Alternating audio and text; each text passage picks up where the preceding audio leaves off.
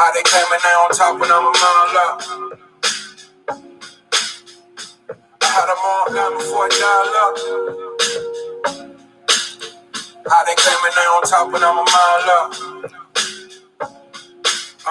I know the wall's closing in, don't you dare give up now. Hope believed in me, pull up, do some bucks down. Tired till the valet pull the truck round. Push the line after we drew it, it's just us now. Would you believe me if I told you my granny told me she prayed this and booked the surgery just to pull me out of the basement? Right back where I started, nothing to show for a facelift. Got pushed playing Walter White and Davis, never felt so dangerous. The type of power they can't quantify.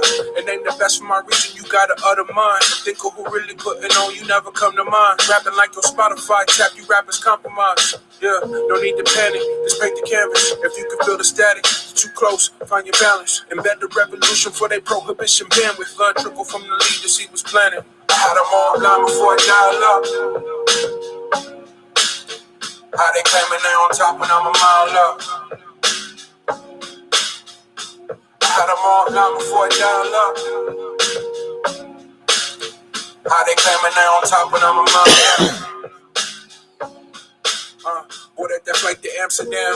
Well, my accountant the minus my family found out too and didn't like it. You're not in this alone. With Dale said and I thought he was biased. Then I got a Vimo that said copy the finest. Before my foolishness settled in, recorded the whole tape before we got to Berlin. This close to giving up and now never again. Don't overlook the work and come expecting to win. In the end, my word, never put nothing over the squad. Got it right up under their nose to try the facade. Off the cliff with broken wings, I'm aware of the odds. Enough faith for us all, I'm the one for the job.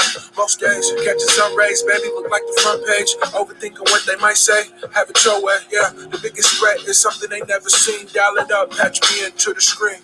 I had them all down before I dial up. How they came and they on top when I'm a mile up. I had them all down before I dial up. How they came and they on top when I'm a mile up.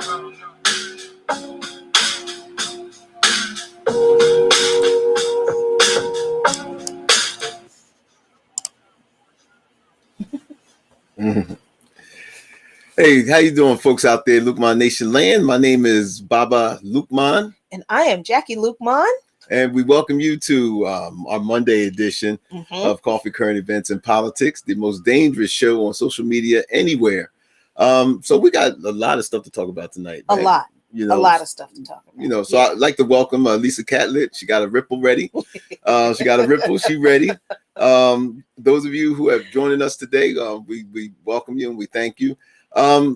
We just ask that you take a few minutes and to share and like and get your friends in on it, and even your enemies, and just let them tune in to the greatest, the best dangerous show on social media. And, I got to get back and practice with this because I haven't been doing the live streams for a minute. I know you took a little sabbatical. Yeah. Well, look, we need to take care of ourselves. We noticed that Mr. Lukman was kind of slow and moving slow and not feeling so well. So, we forced him into a little bit of rest. So he's well rested now. I am. He's back, and you got a lot to say. I have a lot to say, but first, before I say this, if you notice how beautiful my beard is, it's right? Beautiful. See, right? It's soft and luxurious. Exactly. Yes. Right. And it smells good. And I can't look, as much as I would love to take credit for it, I can't take credit for my beard because I use beardy goodness. Beardy goodness. And something, we have a lot of wonderful people out there in Lukman Nation, right? And one of the friends of the show, using Wendy Williams' terms, but he's a friend of the show. And he has his own company.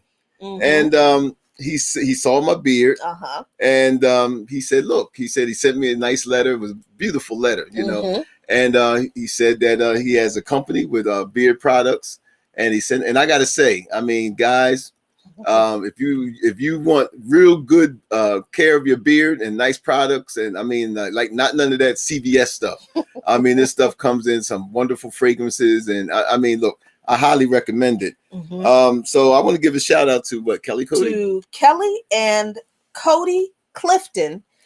Yes, Baba Lukman received your package from Beardy Goodness. I don't know if you can see the card there, but we're gonna take a picture of it and pop it up there for you. The name of the company is Beardy Goodness. Yep. Beardy Goodness. Cody and Kelly Clifton, thank you so much. Oh yeah, I mean, it's I gotta look. I gotta say, this is really, really, really nice. So anyway, you know, I mean, I've been really upset lately, and well, let me just go on this. You see the video, you know, with the 9-year-old girl and everything like that. Well, I mean, I had a lot of feelings about that. Yeah. You know, and so that's what my commentary is going to be on, folks. It's going to be on this. So, I mean, many of you have probably seen the disturbing video of the 9-year-old girl who was disturbing video of the 9-year-old girl who got maced in Rochester, New York, by the police. While answering a domestic disturbance call. When I saw the video, let me go up here for a second. This is better. All right, many of you probably seen the disturbing video of the 9-year-old girl in Rochester, New York, who was maced by police answering a domestic disturbance call. When I saw the video of this child calling for her daddy, crying and screaming in pain, I grew angry at the callousness of those officers involved who ignored the pleas of this child. Well, anger is an understatement. I was enraged. Yes, enraged. I was not only enraged at the police officers who brutally manhandled this child and applied a chemical agent which could have killed her, but I was also angered by the powerlessness of a community that stood helplessly by while police abused this child. At one point on the video, I saw a black man watching what was going on only for the police to threaten him with arrest if he didn't move on. Now, look, if that was me, folks, I would have just gotten arrested. And if you don't believe me, you know, ask Mrs. Lukman here. So yes, I was enraged by those images, and I thought about my own daughter and my grandchildren, and who are all girls. And so I shuddered at the thought of my granddaughters being dehumanized and treated with such disrespect for their very being. My rage, however, descended into melancholy as I remembered the black man who watched and didn't come to aid that child. I thought about the countless videos I've seen throughout the years of black children being mistreated by law enforcement in the presence of black adults who stood by afraid to intervene. Remember Officer Slam? Yeah, I know we do. Well, Officer Slam, the school resource officer who slammed a young black high school girl to the floor while she was still sitting at her desk? Well, how about there was a black male teacher that was in that classroom at that time, standing by? I remember the young black boy who was beaten by 2 school resource officers in the presence of a black male principal. And there's many examples. I'm sure you got my point. Hearing that child scream for her daddy, however, brought me to tears. Where was her father? Why didn't the black male spectator who intervene? Where were the neighbors? Where were the neighbors who could have diffused this situation long before the police even arrived? Those were the questions that I asked myself. Excuse me, folks. So hearing that child scream for her father, hearing that child scream for her daddy brought me to tears. And like I said, where was her father? Why didn't the black male spectator intervene? Where were the neighbors who could have calmed the situation down before the police even arrived? And who was the person who even called the police in the first place? These are all signs that the black community is in crisis. This child had no one to protect her. How do you think that she processed that? She couldn't even rely on her community to protect her. She was alone, as so many of our children often are, to deal with the depravity of systemic racism. But what does that say about us, the black men and women who too often sit back, looking helplessly while the state's stormtroopers kill and abuse our children? What does it say about black manhood? Do you think that type of behavior would not have been challenged if that girl was white? We know the answer. Watching that video, I saw more than just the abuse of a child by officers who swore to protect her and her community. What I saw and what I witnessed on that video is often too much what I see in Black communities all around this nation. I saw a Black community in disarray, a community on life support, helpless, powerless, and afraid. Our children are our future, folks, and they need to be protected. That's my commentary on Look My Nation today. Sorry for the technical difficulties, but No. I mean, look, that this is a heavy topic, folks, and it's really hard for us to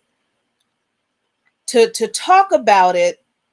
It's hard for us to be like dispassionate about it. Right. Like, journalists are supposed to be dispassionate and they're not supposed to show a whole lot of emotion about it. But I'm sorry, this is us. This is our people.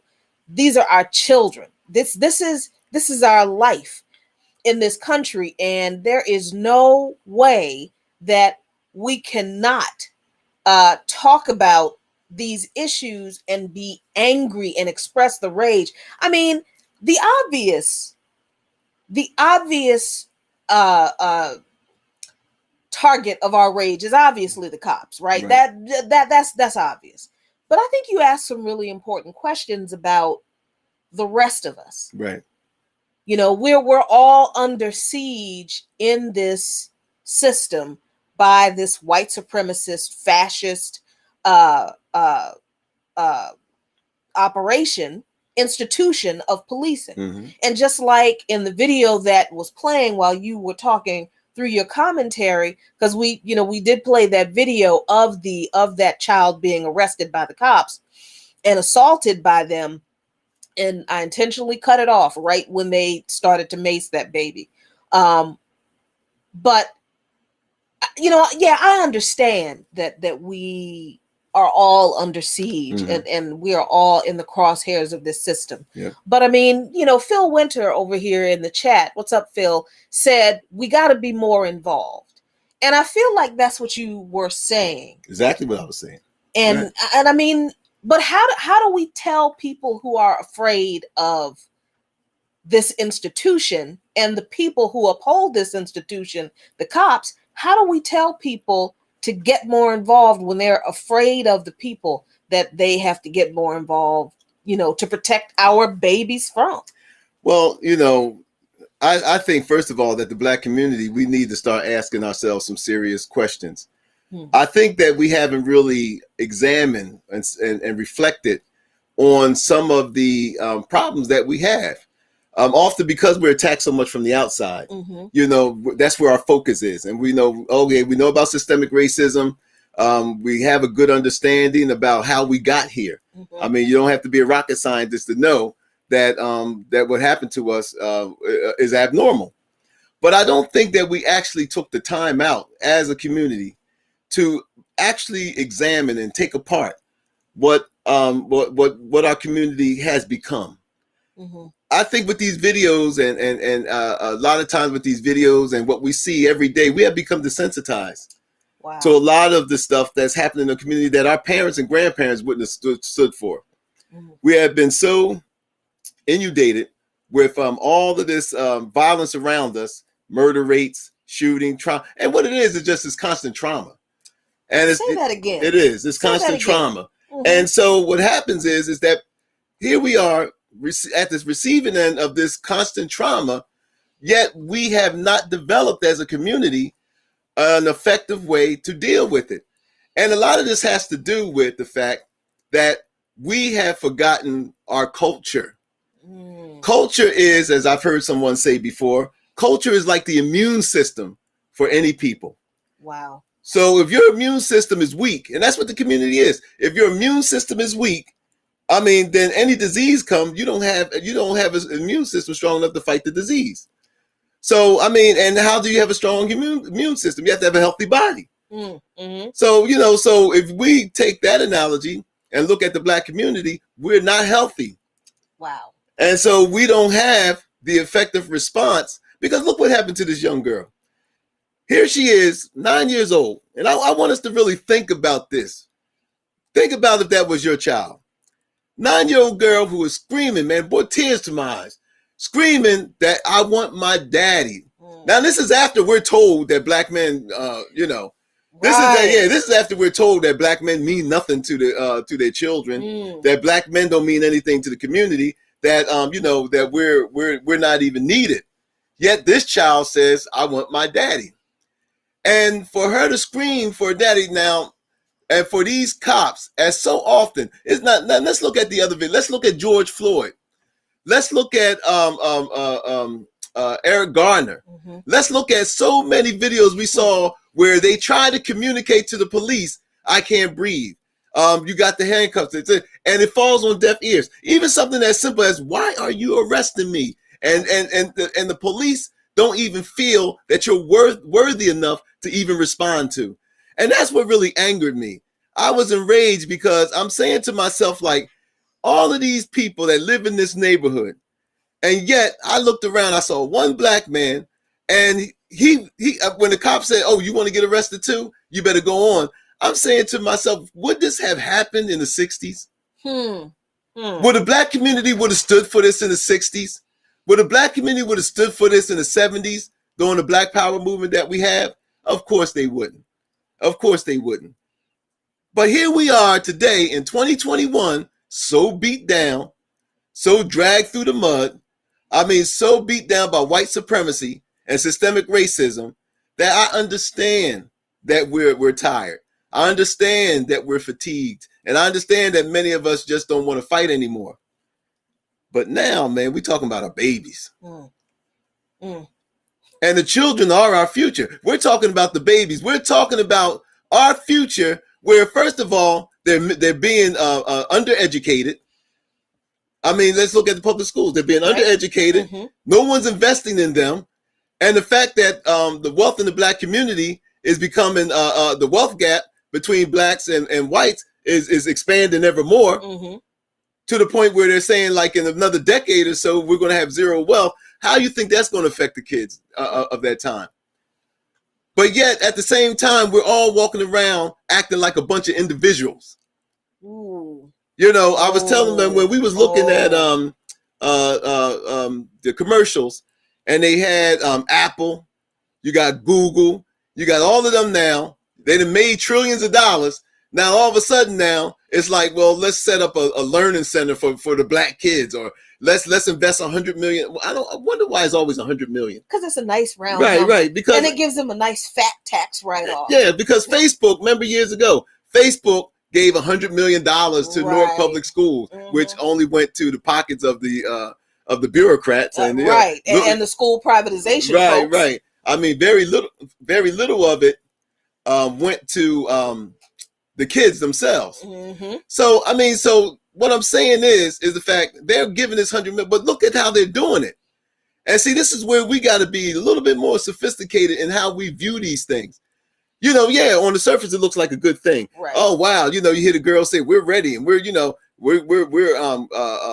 Apple is investing $100 million so we can all learn IT stuff and program and stuff like that. But the thing of it is the fact that you think that they're going to hire all them kids that's going to go to them learning centers? Come on now. Do you think that they're going to hire all of our children who take advantage of this, of all of these so-called opportunities that they're, and then what does this place in our mind? Because we're not teaching about community.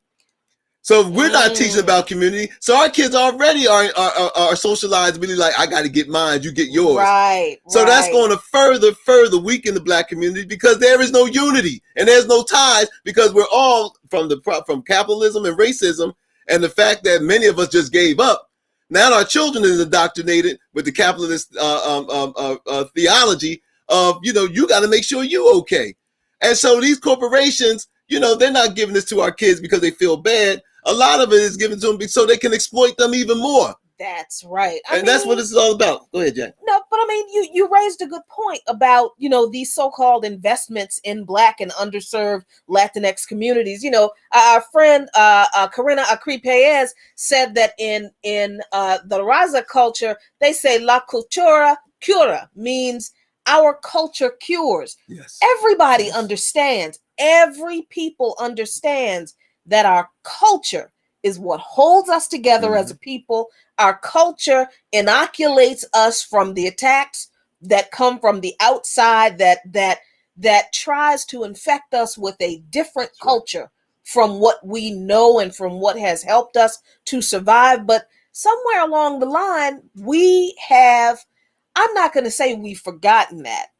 The attacks on the Black community through propaganda, through politics, through outright violence, it is unprecedented. Yes, yes. Unprecedented. And you brought up some good examples of that, where these major corporations, it looks like they're just throwing money at Black people. Exactly. But when you look at it in the grand scheme of how much money they make and how much money these companies are worth, $100 million ain't nothing. No. Especially when you consider that when we're talking about Apple, right? They're setting up these learning centers and to get Black kids and Latinx kids and indigenous kids into coding and STEM, science, technology, what is it, education and mathematics, and they're not giving these kids training on the cutting edge technology that the scientists and the coders and the programmers and all of these folks are working on in Apple and Google right now. Exactly. No, they're not. And you know what? I'm not gonna sit here and say that I want them to, because we see the way Apple and Google coordinate with law enforcement to spy on you and me, to access our data. Right. So this is why the Lukmans don't have a Ring camera. We don't have a Ring camera. We don't have an Amazon Echo in this house. We don't have, or what is it called? Amazon Alexa. Right. We don't have Google Echo. Right. We have a smart TV only because we bought that thing off of Facebook Marketplace for way less than we would have bought it if we had bought it, retail. Our appliances don't talk to us. They're not connected to anything.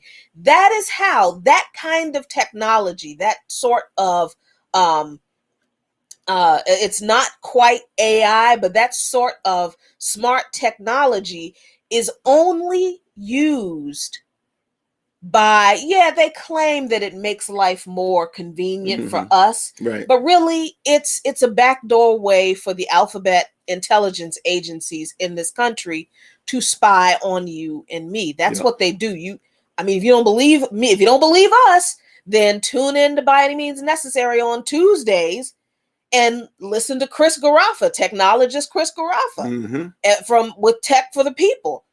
This is what he talks about all the time.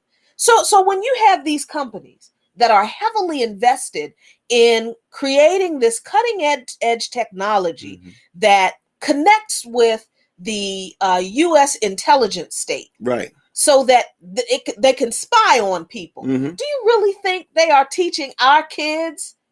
They're telling our kids that, they're teaching our kids to help spy on their families and communities better. Come on now.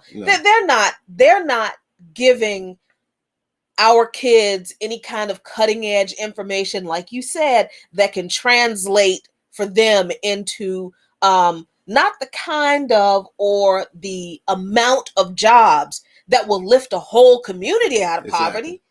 No, they're talking about a handful of hand-picked folks. Right. From their little programs that they're going to throw some crumbs to, reward individual people for participating in their programs, while the rest of the community that those people come from stay left behind. And see, this is the thing, because you'll have some people who hear what you're saying and hear what I'm saying and say, wow, can't it's a good thing about what they're doing. Wow, y'all don't even like that. Y'all say that, nobody helps y'all. Then when somebody try to help you, then you got a problem with that. Well, this is the thing. On the surface, like we said, it looks like something positive. But if they really was about helping the Black community and helping the kids learn this new technology and coding and all that, Nobody consulted anybody in the Black community on how best way to do that.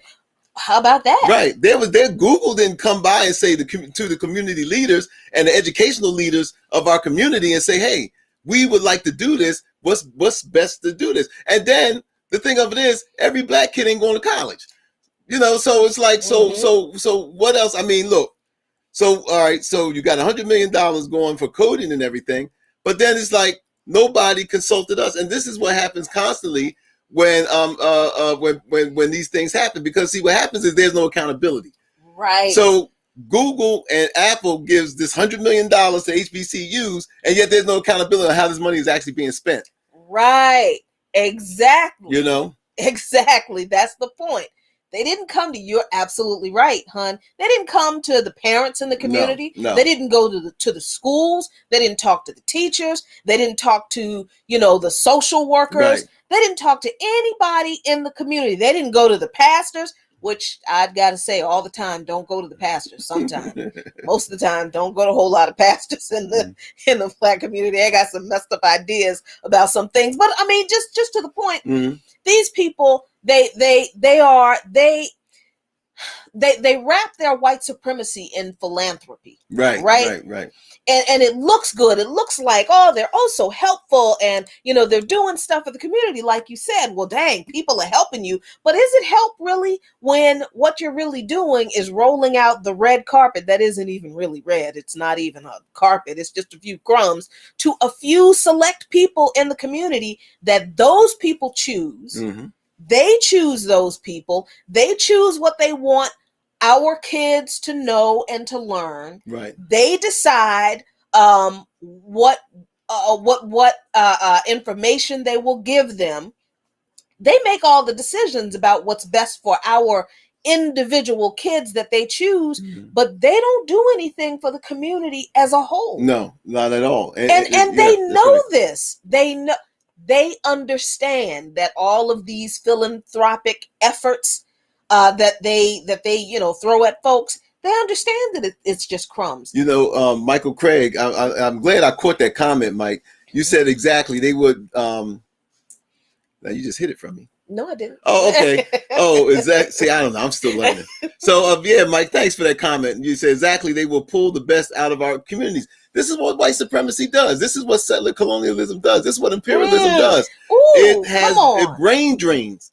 So now again, you're going to have, and I'm going to tell you, this is what really bothers me, is the fact that I know, like like a lot of us know, that those kids that do happen to make it to Apple, that do happen to make it to Google or whatever a major tech company that's out there, they're not going to be paid the same.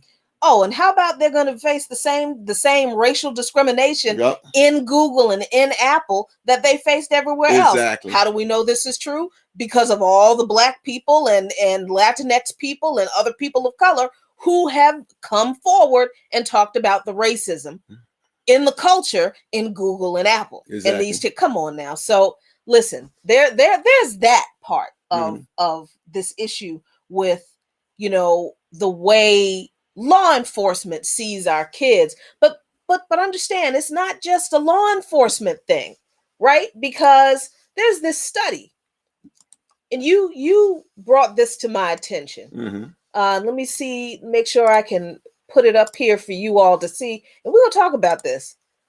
So, let's stop thinking that it's just law enforcement that sees our babies as less than human. Honestly, there's no other way to put it. Exactly. There's this study, and this has been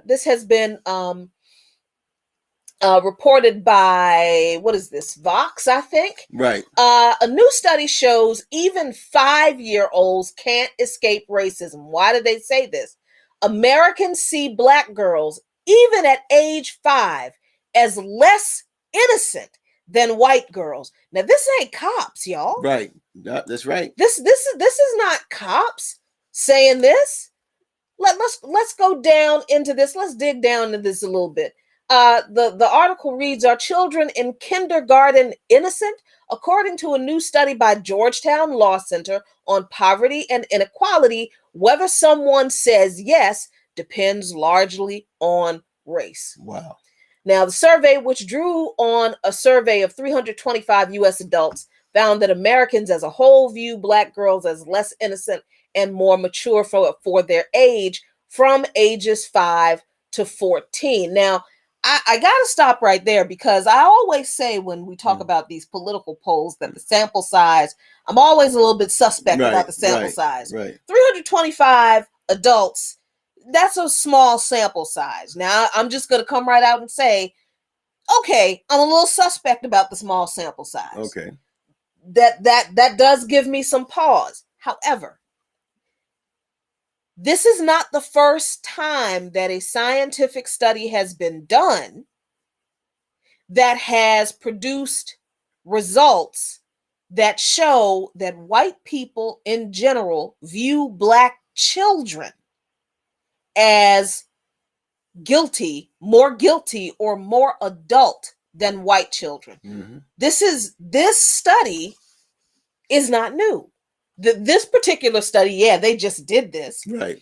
But the studying white Americans' views of Black children and how they view Black children been done before. Well, this is the justification they used back in slavery to rape our young girls. How about that? Our young boys. As soon as a child had her period. Yep. I mean, breeding farms, which the United States was famous for, breeding young Black girls and Black boys to have more people that they can use as slaves. And we talk about culture and how that crept into our culture. I can remember hearing a lot of old folks say to young girls, stop being fast, or you acting grown, or, and I'm sure it was said with the best intentions. But because we come from a slave background, and in this country, because we come from a slave background, thank you for saying that. But because we have experienced slavery in this country, and the cruelty and all of the dysfunction that went with that, we picked up a lot of that stuff. Even now, and I cringe when I keep hearing Black people talk about how brutal they were beaten by their parents. I was hit with a extension cord, and I was sit, and this and. That's not normal. And then we turn around and say, and I turned out fine. Right. No, you didn't. If you are doing to your children what your parents, who didn't know any better because they were indoctrinated in this white supremacist system, and they were indoctrinated with some really, truly psychotic white supremacist ideology about children and how to parent and punishment and discipline.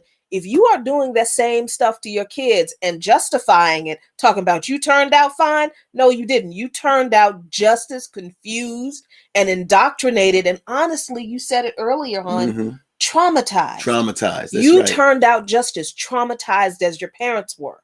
So, I mean, there's so much in this, but this study, and it does point to a couple of other studies that were done that confirm their results, even with the small sample size. They say that the study, the people who conducted the study posed a series of questions. Survey participants were more likely to say that Black girls compared to white girls need less nurturing. Look at that. Come on now. Look at that. This hurts my soul. Black girls compared to white girls need less nurturing, need less protection, need to be supported less, need to be comforted less, are more independent, know more about adult topics, and know more about sex. This is what this is sad. This is sad. So when we have conversations in this country about the abuse of children, particularly the abuse of little girls. And these, all these folks are talking about sex trafficking, which was a huge conversation that we're beginning to have every year around the Super Bowl. Yes. Why? Because the Super Bowl is one of the largest sex trafficking events in this country. People don't understand. But then when you think of, that's a whole nother conversation, but then when you think of a lot of the victims of sex trafficking are children. Children, yes. They're young, they're little girls, and they are overwhelmingly Black and Latinx. Yep. And you wonder why. Like there was a case a few years ago here in DC. Some Oh, I know what you call. I know what you're Some going to talk about. scum. Yep. They were in a 4-unit apartment and they were running a sex trafficking ring in their apartment. So there were 3 other apartments around them. Right. There were these little girls Yep. that were going out of the apartment, and these grown ass men coming in and out of the apartment, raping these little girls. Yep. And this went on for years. Yeah. And what was so sad is the person who was in charge of that was a DC police officer. Yeah, right. So when you hear that and you realize, okay, this is the way white people see our kids, and that's not a surprise. But when you understand that this thinking is woven into the propaganda machine that is directed at us, then I hope you start to understand why we believe some of the awful, awful things we do about little black girls, like you said, Right. being fast. That's right. And they too grown. They need to learn how to take care of their little brothers and sisters. No, they don't. Exactly. They need to be children. They need to be protected. They need to be nurtured. Little black girls do not need to be indoctrinated that they are fucking super women and they can do everything. Just like little black boys don't need to be indoctrinated that they're little men. They're not little men.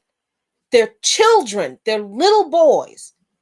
And we have been indoctrinated to believe that the childhood of our children isn't worth protecting. Because after all, we had to grow up fast in this white supremacist society. Oh, yeah.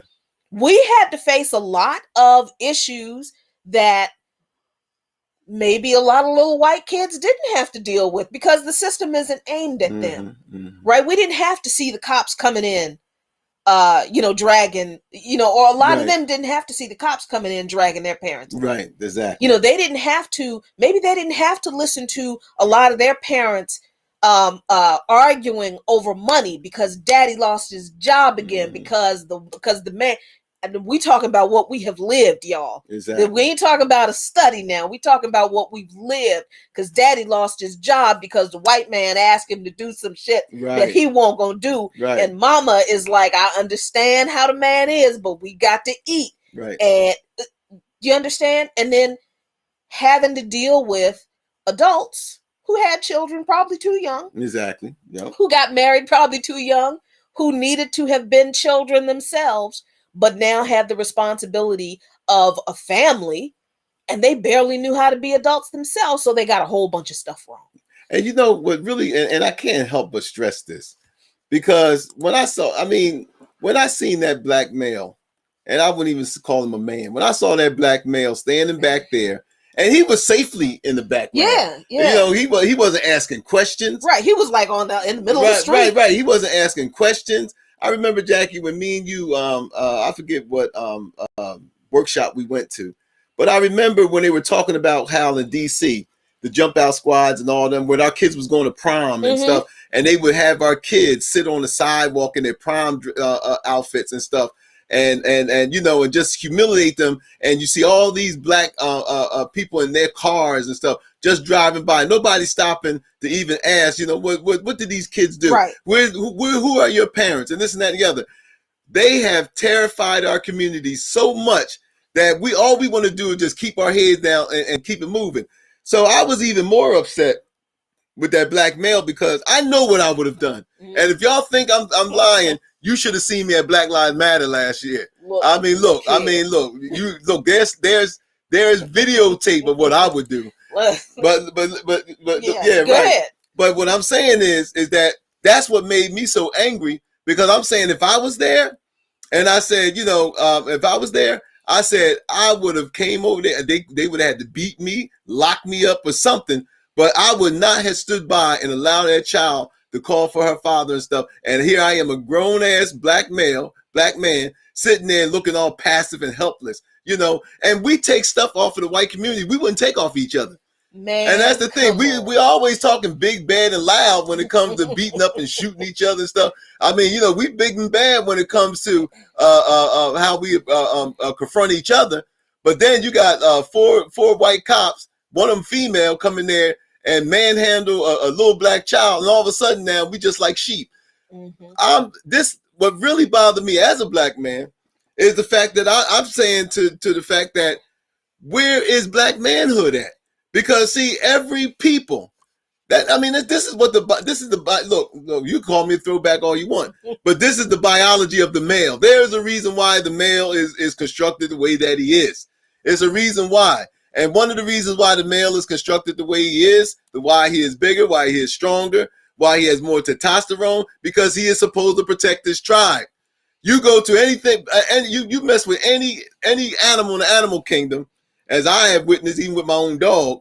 While I was walking Brewski one time through the park, and there was a herd of deer. Now Brewski, you know, he's frisky and stuff. He want to run after the deer. It was a couple of the little fawns, and Brewski went to go, you know, like I had him on a leash, but he went to go try to approach the fawns, and these two big ass bucks came around. I don't think so, dog. I mean, these two big ass bucks came around. They stood in front of the does, and they stood in front of the fawns, and they looked at Brewski, and Brewski's not stupid. He got the message, and he turned around, and we went somewhere else. This is the job of the male in any species. So when you have the men of a community who can't even defend their own community, you know, I mean, you know, we got to stop being scared of jail. We got to stop being scared of these folks coming in there. We got to stop being scared of jail. We got to stop being scared of these threats and stuff. Oh, I'm going to lock you up. Well, you know what? Then I'm just going to be spending the jail tonight. And the thing of it is the fact that how does the world view black men? If there's black men out there, I'm talking to you and me. How do the world view black men to the point where it's like, you know, how can you be seen as a man? You know, because those cops would have had more respect for even if they would have beat us down or however they would have did. I guarantee you, from man to man, they would have had more respect. Dr. Joyce DeGroy, Dr. DeGroy, she said one time in one of her lectures, she said, ladies, look, it takes male muscle power to repel male muscle power. You can't do it.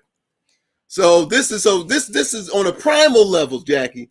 This is why it just bothered me so much on a primal level, because it's like, look, we got to reclaim our manhood.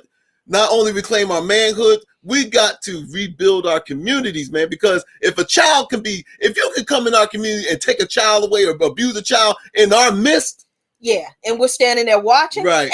And this was not done on some isolated corner somewhere where there were, you know, out in the woods. This was a neighborhood, right? There were people living in those homes. Where the fuck were those people? Exactly. Where were those people? Now I understand some people are very some people don't like, you know, the very pro-man message. I understand. Some people really don't like that. But let me explain to you what kind of man this dude right here is. And I am absolutely bragging. I'm bragging on my man. I'm gonna do that because y'all need to understand. Look, I was single until I was 45 years old. So I honestly did not need anybody to take care of me. That's not why I got married. I'm just being real right now. We're gonna be real, ladies. We're gonna be real. I didn't need him to take care of me. And I've never been afraid of anybody. And that has been a good thing, but it's also gotten me in some trouble. But I never write a check with my mouth that my ass can't catch. I never do. I might go down, but I'm gonna go down swinging. And whoever I'm scrapping with, everybody's gonna know they had a hard time with me. That's just how I was raised. So I never had this expectation that I needed a man to take care of me. Here's the thing, though. So when we were at the Venezuelan embassy last summer, I guess last summer, everything was all cool and good. You know, we were going down there, and Mike has feedback again. We're having that problem again. So I don't know what happens. Sometimes it does that. I'm checking, hoping it's better. Yeah, we take care. Let's see. Has it gotten better? Let me know if it's gotten better. Hoping that it's takes a minute for it to correct. Once we make an adjustment, let me know if it's still a problem, folks. I hope it's gotten better. So far, it's getting worse. Okay. I turned some stuff off. Let's see. Oh, okay. I don't know what.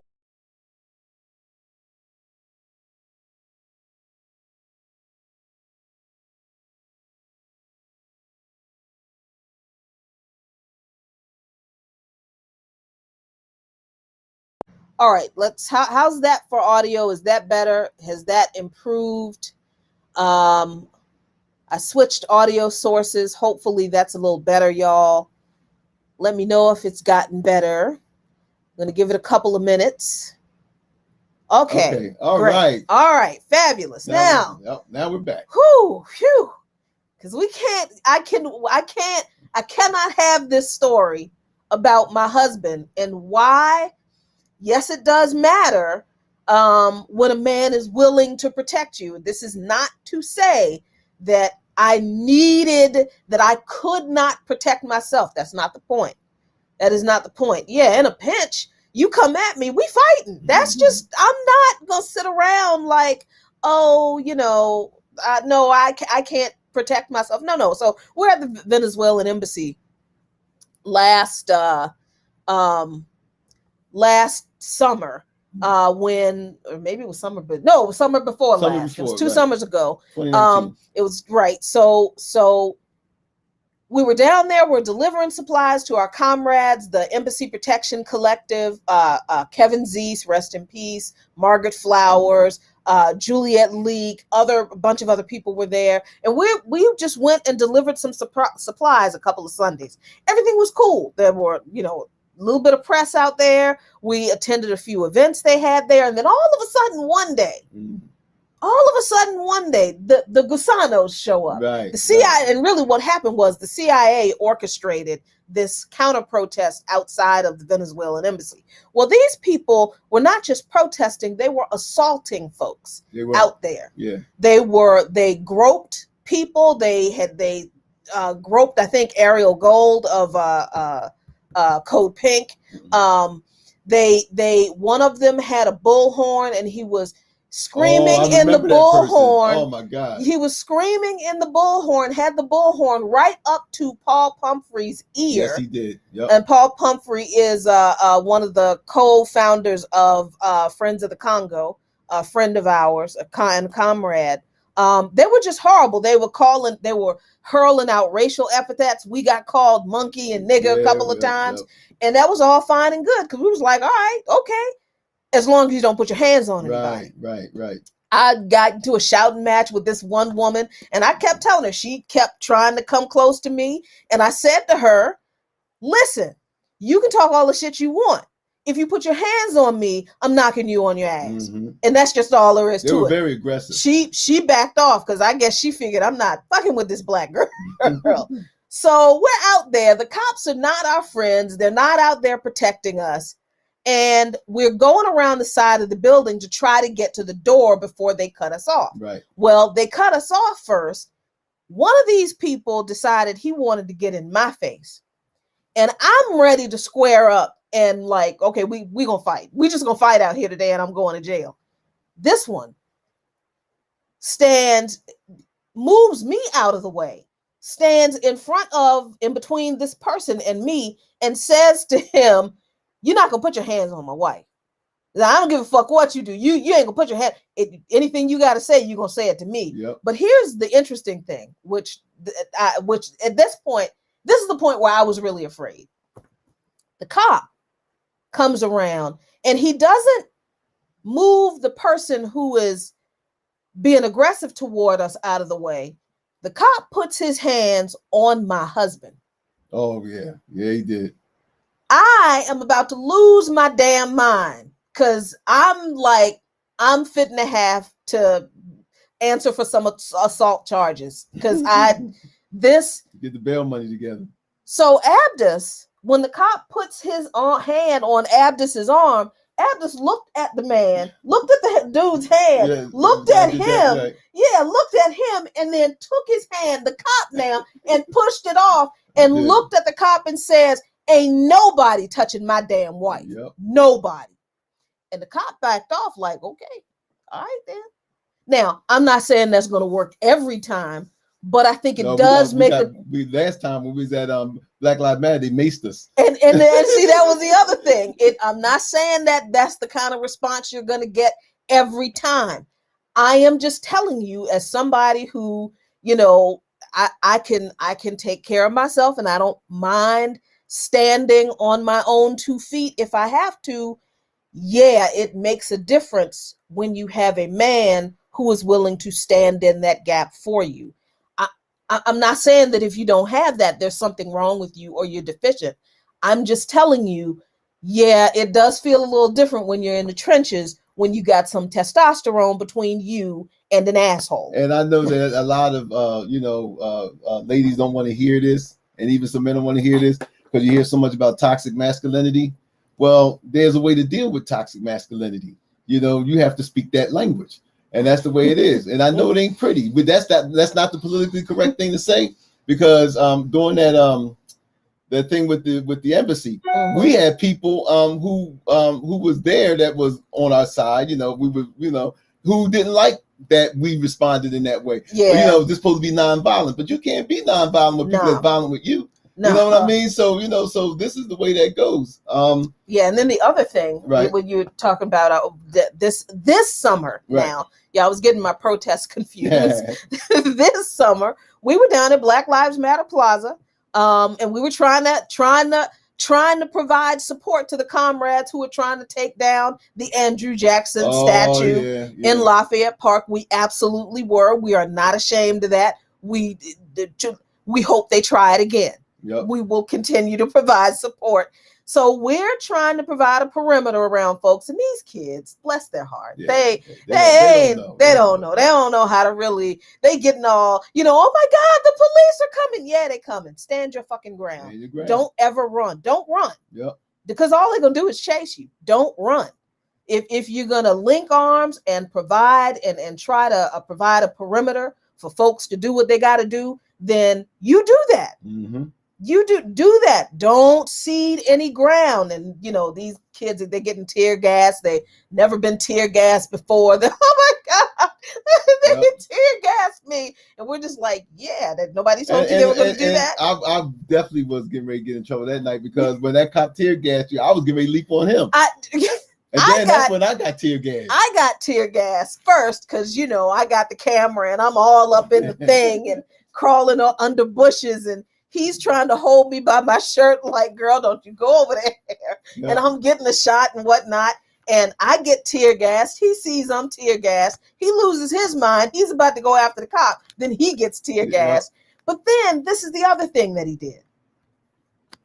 And I think this is, and I know there's I'm bragging a little bit on my husband because he deserves it.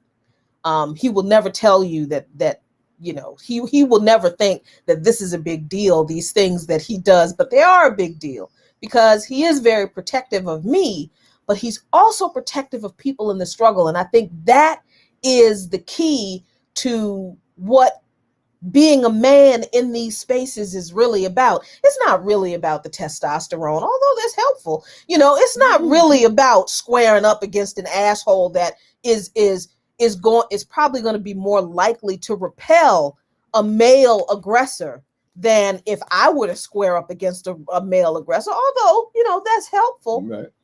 What we're talking about is a man who is not going to stand by and let authority exact abuse upon vulnerable people. That's the kind of manhood we're talking about. Right. Exactly. So what happened was we had both been tear gassed. Right. And the cops were using their bikes to push people down, to push the crowd back. And they were really just like pushing people on the ground and walking on people. Somebody, we didn't even know who. We didn't know who this person was. Somebody got pushed down by the cops. They were lying on the ground, and he's got tear gas in his eyes. He's, asking me if I'm all right. I'm asking him if he's all right. He sees out of the corner of his eye, from what he can see, that the police were walking over somebody who was on the ground.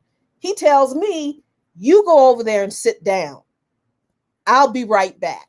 And see, I'm not crazy. I know how he is. So I'm not going to argue with him. I'm not going to sit there and, oh my God, what are you going to do? What can I? He tells me, look, go sit down, be safe. I'll be right back.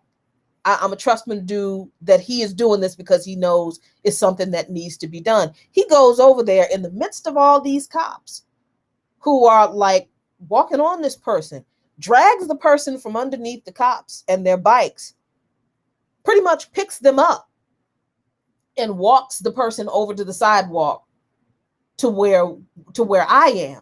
And the cops are standing around looking like, what the fuck just happened? I mean, they saw him go over there. A couple of them had their little mace cans ready. And when they saw that he just bent down, picked this person up, dragged him out from under the bikes, and turned around and walked on away, the cops were just like stunned. They were like, that tribe, the documentary we saw with the African tribe that I can't remember where it was. They just go up to the lions and just take their food. Yeah, they just go up to the lions and take their food. And the lions are like, Right. Because they're not used to being challenged like what just happened? See that? So what we're not talking about is, just any man with an attitude, who with some bravado, who's willing to scrap. No, that's not what we're talking about. We're talking about men who are truly protectors of their people and who won't stand by and allow vulnerable people to be abused by the authorities. That's what I think we've gotten away from. Because remember, we have. Remember that the uprising in Newark started because folks in the neighborhood wasn't going to let the cops arrest one more black kid. Exactly.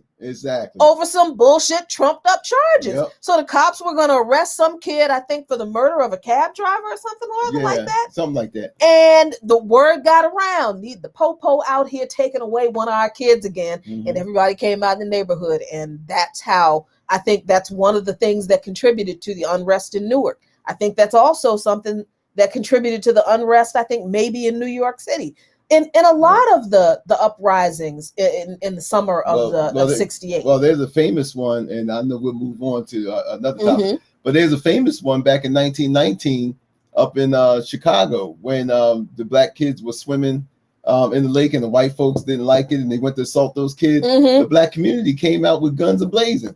Because the cops also assaulted those black kids, right? And that created one of the riots, one of the riots of that bloody summer. But that was the black people responding to this abuse from the police and the white citizens against black children, right? So I mean, we've gotten away from that. Now, like I said, we'll jump bad in each other's face, but the thing of it is that we've lost something. John Henry Clark said one time. He said, may he rest in peace, Dr. John Henry Clark. He said that the black community, we had customs that we have forgotten. And we need to start looking at our community critically.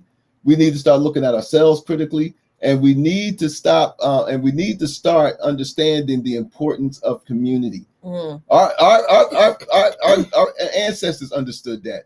Our parents, our grandparents, they all understood that. Those of you who are old enough know that we once had a community.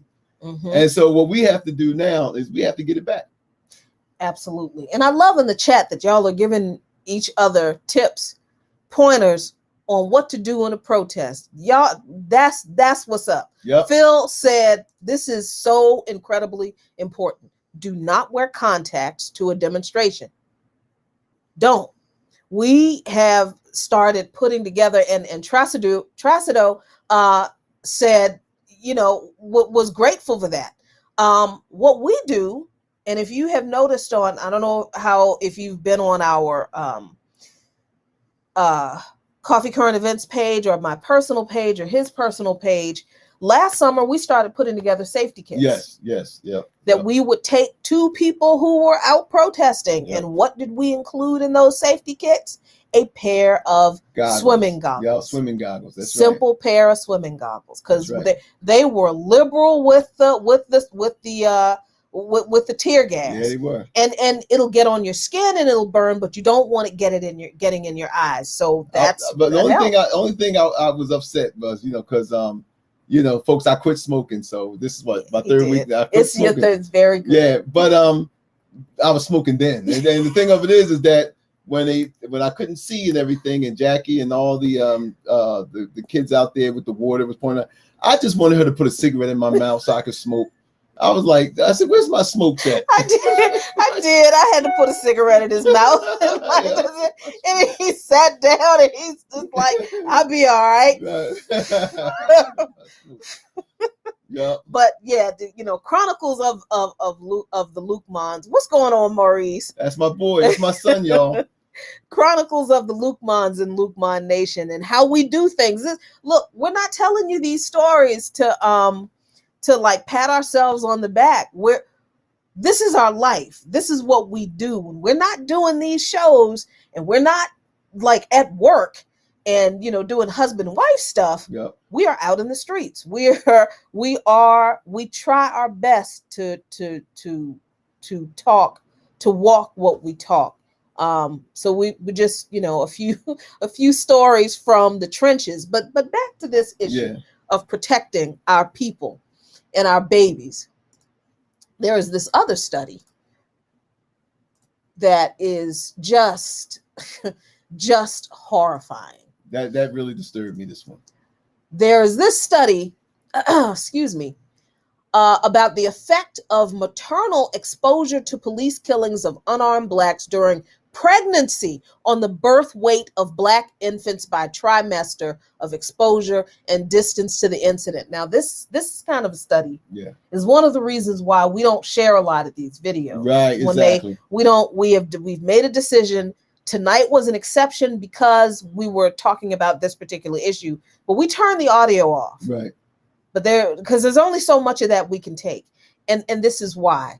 This is what trauma does to not just you, not just me and Abdus and you, but this is what trauma does to our babies, even in utero. That's right. When we are exposed to trauma. So according to this study, the exposure to police killings of unarmed Black people during a woman's pregnancy does have an impact on the outcome of the health of the baby. Mm-hmm.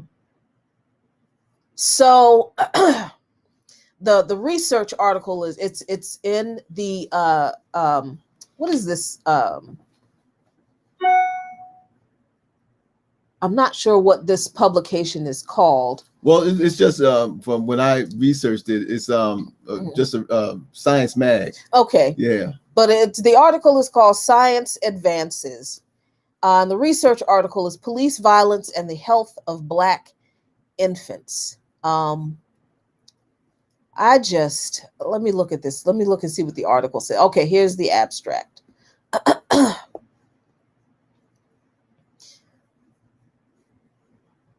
Oh, so the premise was that police use of force is a controversial issue, but the broader consequences and spillover effects are not well understood. This study examines the impact of in utero exposure to police killings of unarmed Blacks in the residential environment on Black infants' health.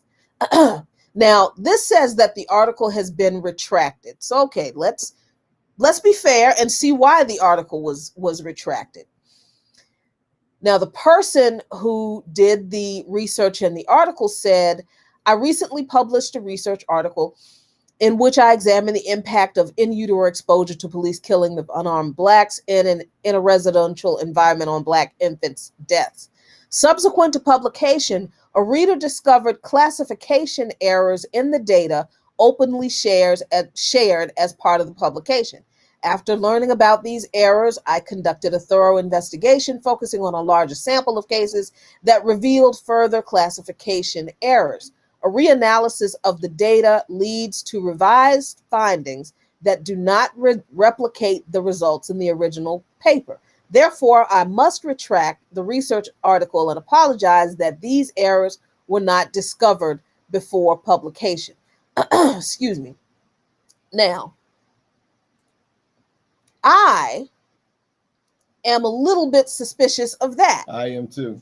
Yeah. I am a little suspicious of the retraction of the article based on classification errors. Classification errors in what? What were the errors in classification for? Excuse me.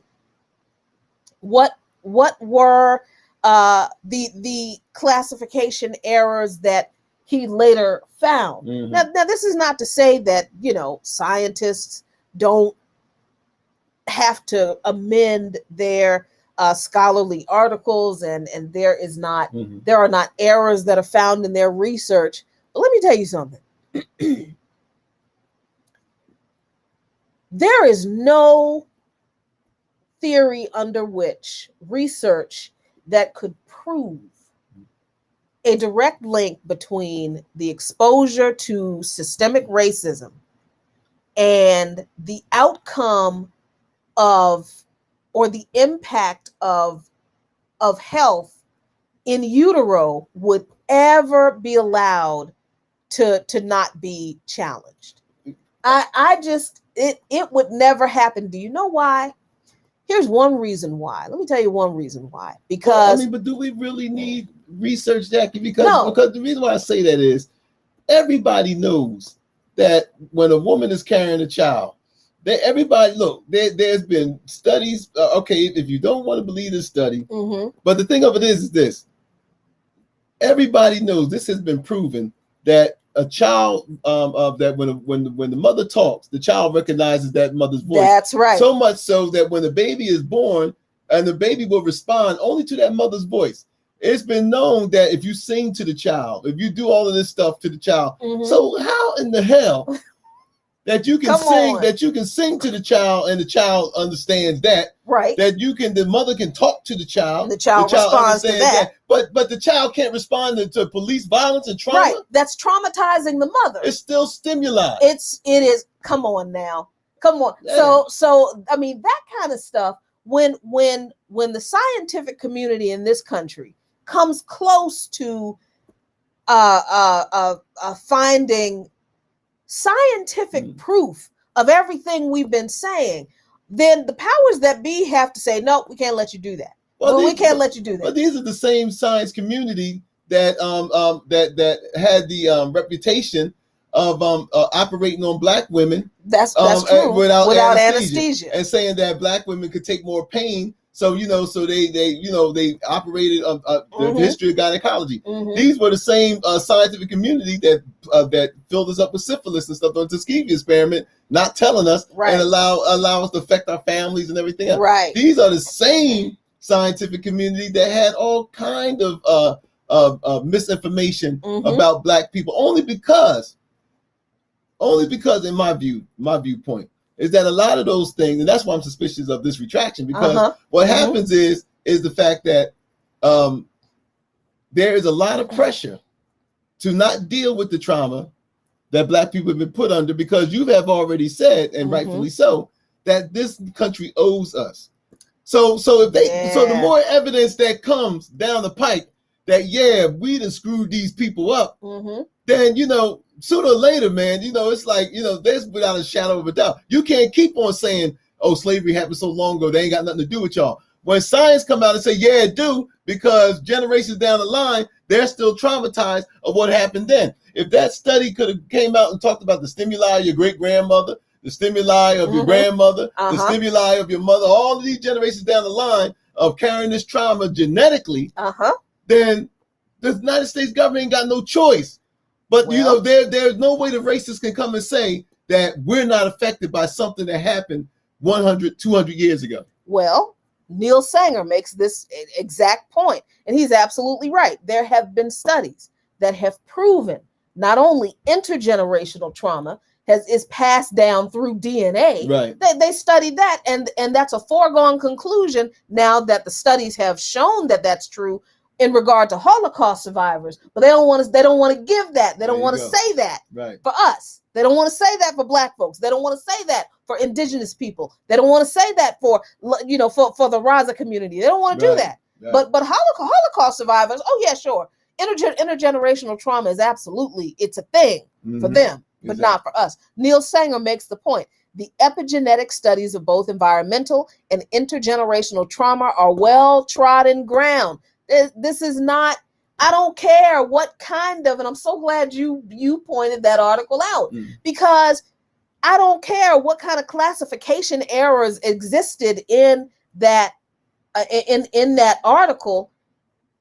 It could not have impacted the outcome of what we already know to be established science. Right. That when the mother experiences trauma, the fetus also experiences trauma. I mean, wasn't this understood, even though they didn't have scientific proof? But wasn't it understood back then that you kept the pregnant mother away from certain things because it would mark the baby? That's what the old folks used to say. That's what they. But you know why? You know why they really don't want it. You know why they really don't want to go down that road? Why? Because there are so many folks in this whole pro-life movement who have been using abortion and then banging Black folks over the head about abortion, and y'all have so many abortions and you need to be pro-life, and abortion is a Black issue and all that kind of stuff. But when we turn that shit around, and like, you know what? If you're so pro-life, how come you are creating so much trauma that you are affecting the health of our children in utero? Not us. Not us, but you and your white supremacy, you and your racism, you and your fascist cops are affecting the health of our children in utero. Don't talk to me about abortion and pro-life. That's one of the reasons why they can never have that kind of a study. But see, this is why we need to have these conversations. And I'll never forget, I am not friends with someone who I was a good friend with for quite a few years, because she was very Black lady. We went to church together, very, very pro-life, very pro-life. I mean, pro-life to the point where she didn't like Barack Obama because he was not pro-life. Now, we don't like Barack Obama because he's an imperialist. He's an imperialist in blackface. We have political reasons for not liking. We have political, but she had this, ridiculous, I vote because I vote for pro-life issues. Really? Do you? You vote for pro-life issues, but you didn't give a damn what the cops did to poor folks who, and she don't live too far from here. Right. Yeah, that's right. So it's not like she wasn't aware of these issues that affect Black babies. But she was pro-life though. And that's why, okay. Whew. But see, we need to have these conversations. We do. I agree. We need to have these conversations about our communities, about the people in our communities, about what you said, which I think is so important. And honestly, y'all, I know a lot of you are not going to like that I say this, but these kinds of things that Abdus just said about the need for Black men to recapture Black manhood, that protective, nurturing, Black men providing a safe place for Black people, that needs to come from brothers. Now, I can have conversations with him in private and, about whatever it is we need to, because there are some things that need to be kept in the family. But Black men need to be clear on the role of Black men, not this, caveman, toxic masculinity, but see, chest beating kind of. No, that's not it. But Black men have never been about that. And see, and I think that's the thing that we're missing. We're allowing other people to define what masculinity is, and we're buying their definition of it. Black men have never really carried themselves like that. And in fact, there was a study out that says that Black men were the most liberal when it came to the issues of gender. Right. Right. That Black men were the most liberal when it came to gender. We had to be. You know what I mean? Because we didn't have the fortune of being as privileged as our white male counterparts have. Everybody had to pitch in. Right. But, and the thing of it is that we understood a lot of times, and not more than Black women understood the effects of racism on us. But we both had to understand that, man, we're both being beat by the same system. So we have, and I'm gonna give you this quick story before you go to that next article. And I wanted to say this because it's getting time. Y'all might have to join us tomorrow for the football story, but we'll do it tomorrow, part 2. But the thing of it is that because this is just so much, man, into this, man. So forgive us, but indulge us, please, because the thing of it is, there was when I lived in Newark, New Jersey. I'm gonna tell you how important it is to have men in the community.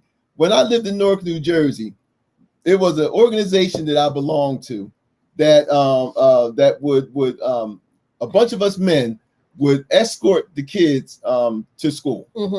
And then when school came out, a bunch of us who were able to do it would be there and to see the kids come out and make sure that they went, they safely. Got home safely. Right. That was so successful that the kids looked forward to us. We were so successful that the city of Newark, under Cory Booker, that the city of Newark stopped us from doing it.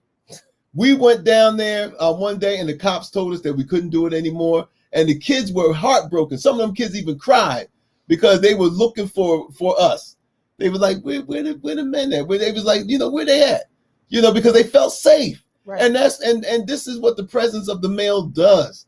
The presence of the males is symbolic of safety.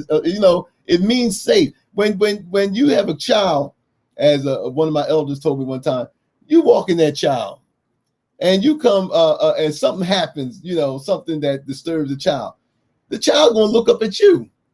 You know what I mean? Because the child expect you to deal with it. Right. You know what I mean? So what I'm saying is that those kids were looking forward to us being out there. And this is how I knew that the system does not want our communities healthy, because why would you stop a thing like that? And that goes right back to the issue of the way enslavement was carried out, the way community destabilization was carried out. Right. Look at mass incarceration. Okay, let's look at imperialism on the continent. What's the first thing the imperialists do when they want to subdue a people? They attack the men. Yep. I mean, they attack that is warfare. Yeah, that's common warfare, and everywhere they attack the men. They attack the young men, and they kill off all the old men. Yep. And then that just leaves the women. And then what do they do with the women? They rape the women. They enslave the women. Because the women are the vessels that would extend their DNA. Exactly. So what do you think happened in carrying out enslavement? They took the children first because they were easy, because they were easier. Then they took the men. Then they took the young, healthy men. They killed a lot of the elderly men, the ones that they didn't leave behind, but they took the children, the men, and then they took the women. Yep. So then when we're here, or in Brazil, or in the Caribbean, or wherever we were dropped off, Denmark, Holland, the UK, wherever we were dropped off along this diaspora in the transatlantic slave trade, then when we established communities after enslavement was over in whatever country it was, how did they keep our communities destabilized? Aside from overt discrimination and not providing jobs and not providing decent housing, what did they do? They locked up the men. Yes, they did. Mass incarceration was at first targeted toward young Black men. We saw that shit with our own eyes. Yep. We saw it and there's nothing wrong with promoting young Black girls. That's great. But you can't uplift young Black girls and leave our young Black boys behind. That's what the system wants us to do. We both rise, or we both gonna stay down here and struggle together. That's my perspective. I understand a lot of people don't feel that way, but that's how I feel. If I had children and somebody came to me with, oh, we have a program for Right, your right, daughter. right. My question is going to be, well, where's the program for my son? Right, right. Oh, there's no program for my son? Then no, my daughter is not going to be in your program, because you're not going to pull my children apart this way. They are not going to learn that one of them is more important or more valued to this system than the other one. Exactly. But that's what this system did when they what's it called? There was after enslavement, right? There was the convict lease program. Yes, there were women that were caught up in convict leasing, but it was mostly Black men. It was mostly Black men who were formerly enslaved, and Black women were left to sharecrop and were left at the mercy of the same racist, raping white folks who ran the plantations or who worked on the plantations. Then it was convict leasing. Then it was chain gangs.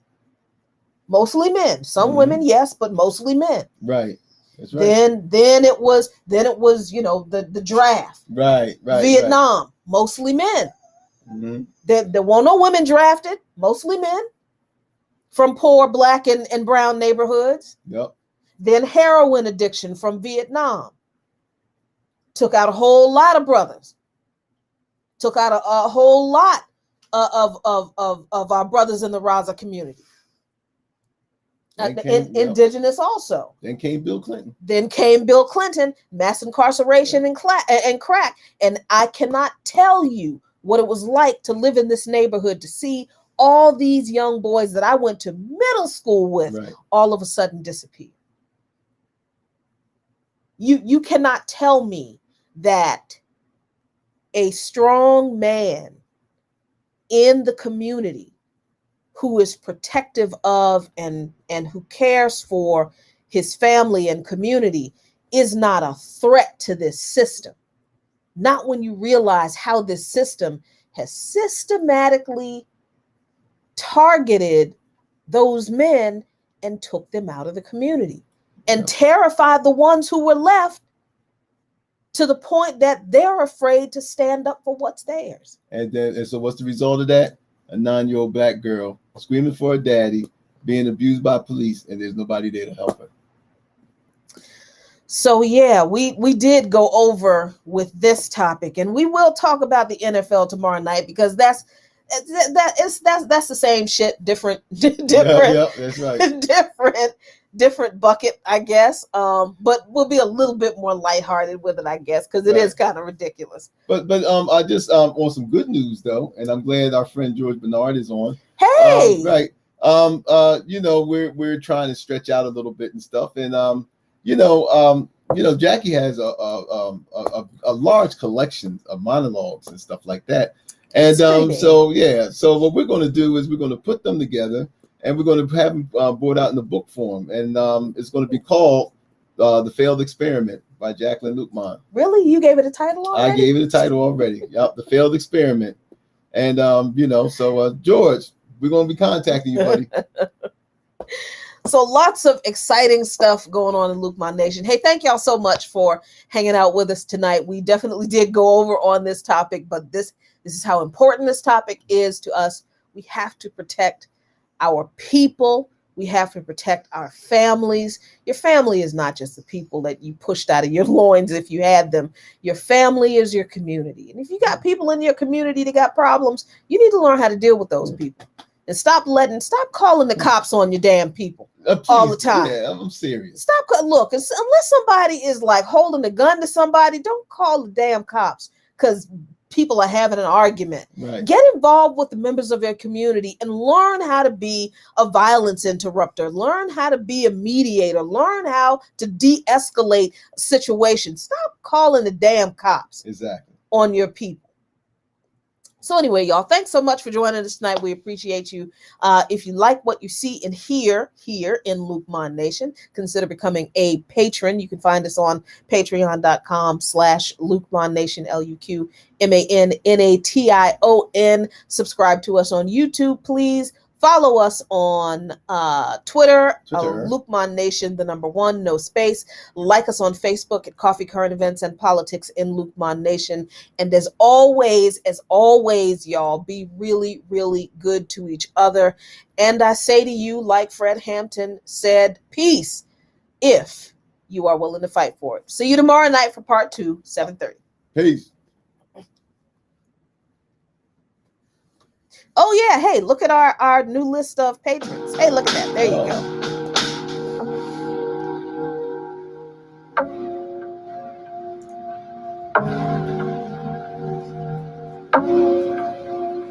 I had them all down before I dial up. How they claiming they on top when I'm a mile up. I had them all down before I dial up. How they claiming they on top when I'm a mile up. I know the wall's closing in, but don't you dare give up now. Hope believe in me, pull up through some bucks down. Tired till the valet pull the truck round. Push the line up that we drew it, it's just us now. Would you believe me if I told you my granny told me she prayed this? Then booked the surgery just to pull